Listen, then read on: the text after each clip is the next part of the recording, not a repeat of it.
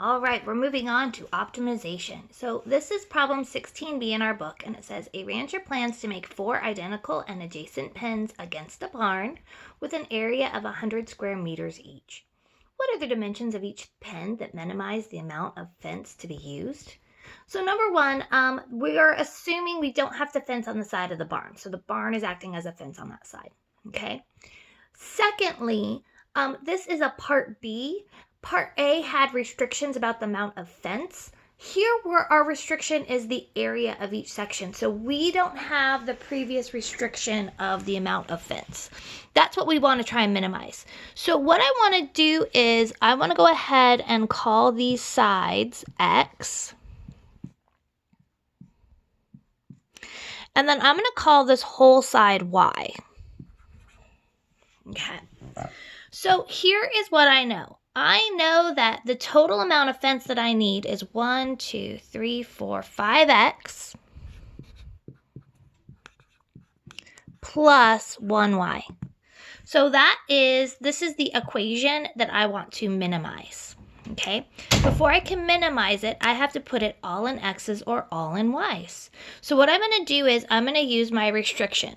So here I know that the area of one pen is 100. So the area would be x times this side.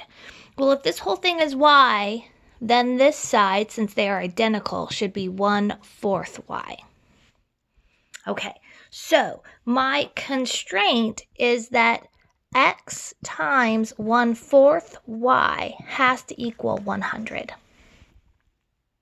Okay, so what I'm going to do is I'm going to solve this for y in terms of x, put it in here, and then optimize it. So the first thing I want to do is cross multiply by the 4.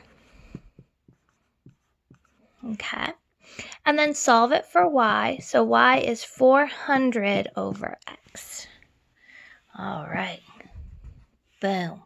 Now I'm going to get my perimeter equation all in one variable. Okay, now to optimize this, I need to go ahead and find the first derivative so that I can find the critical numbers and then verify to see if it's a max or a min. We hope it's a min. Okay, so let's go ahead and find the derivative. So the derivative here would be 5. This is 400 x to the negative 1, right? That's the same thing. So I think that'll be easier to take the derivative of.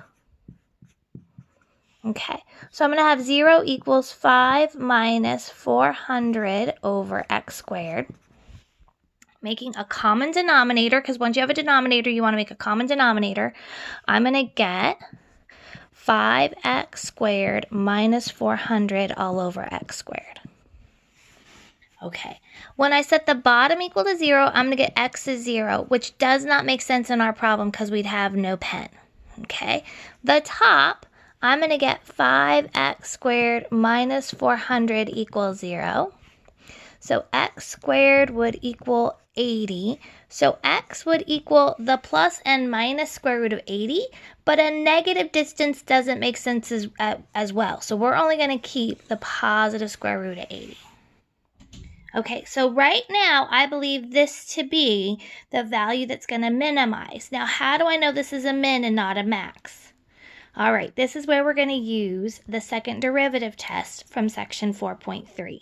Okay, so how we're going to do that is I need to first make a little bit of room. Okay, so first let's make sure that you feel good that this is our critical. The only critical number we're keeping is this positive root 80 because a negative distance for a fence doesn't make sense and 0 fence doesn't make sense. Okay.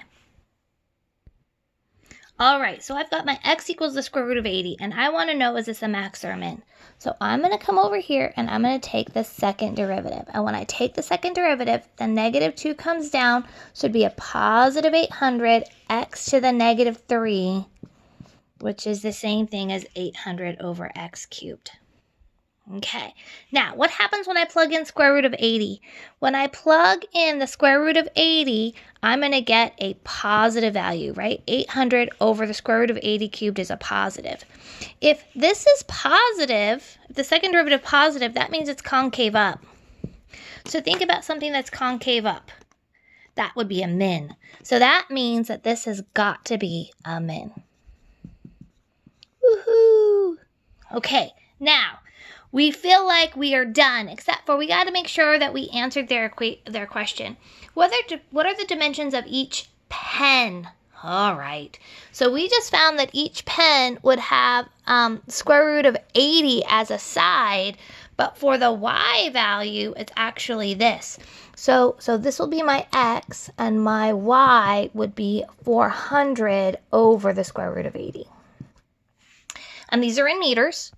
And I would just go ahead and put them in my calculator to get a decimal approximation. Because if we handed this rancher the dimensions of the square root of 80, they might get really mad at us. So we should go ahead and give them a decimal.